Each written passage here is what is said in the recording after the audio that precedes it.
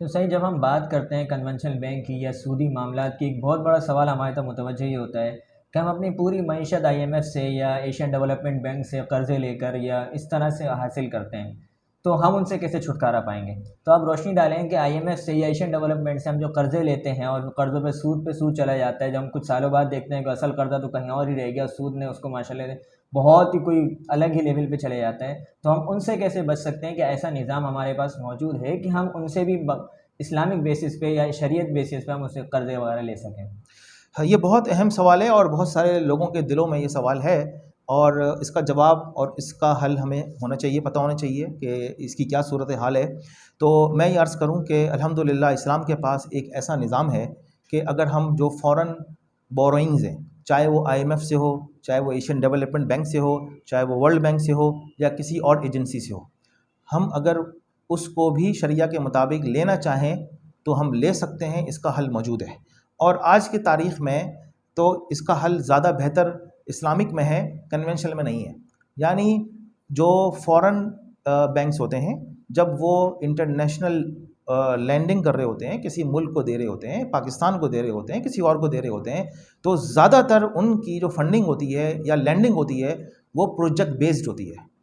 मिसाल के तौर पे वो प्रोजेक्ट में लगाते हैं मसलन कि जी आप अपने यहाँ सड़कें बनाएं, आप अपने यहाँ फैक्ट्रियाँ लगाएं, आप अपने यहाँ इंडस्ट्री लगाएं, आप अपने यहाँ डैम बनाएं, आप अपने यहाँ जो है ना वो सड़कें बनाएं और लोगों को आप जो हैं जो मुल्क को जो पैसे दिए जाते हैं वो किसी न किसी आम तौर पे प्रोजेक्ट बेस्ड फंडिंग होती है, जो कि इस वक्त 100%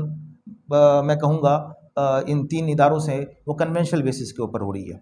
लेकिन इसको शरिया के मुताबिक किया जा सकता है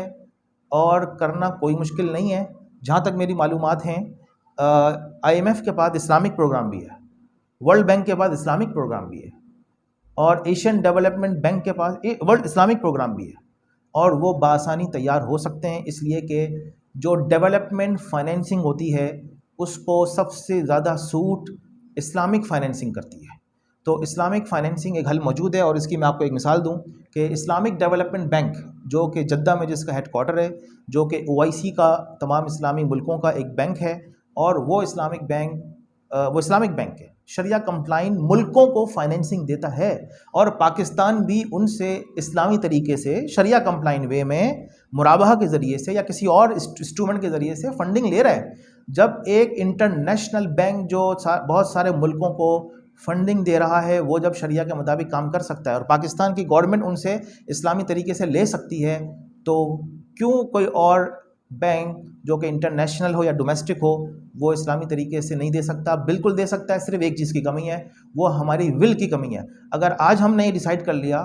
कि हमने सूद से निकलना है, और ये डिसाइड सिर्फ हुकूमत ने नहीं करना, ये डिसाइड आवाम ने भी करना है कि हमने अपने मामलात को सूद से बचाने हैं, तो कोई मुश्किल नहीं है, ये मंजिल कोई दूर नहीं है। आप बात करेंगे, आपको इसका अच्छा रिस्पांस मिलेगा, क्योंकि इस्लाम की जो प्रोडक्ट है वो ज़्यादा सूट करती है इंटरनेशनल बोरिंग।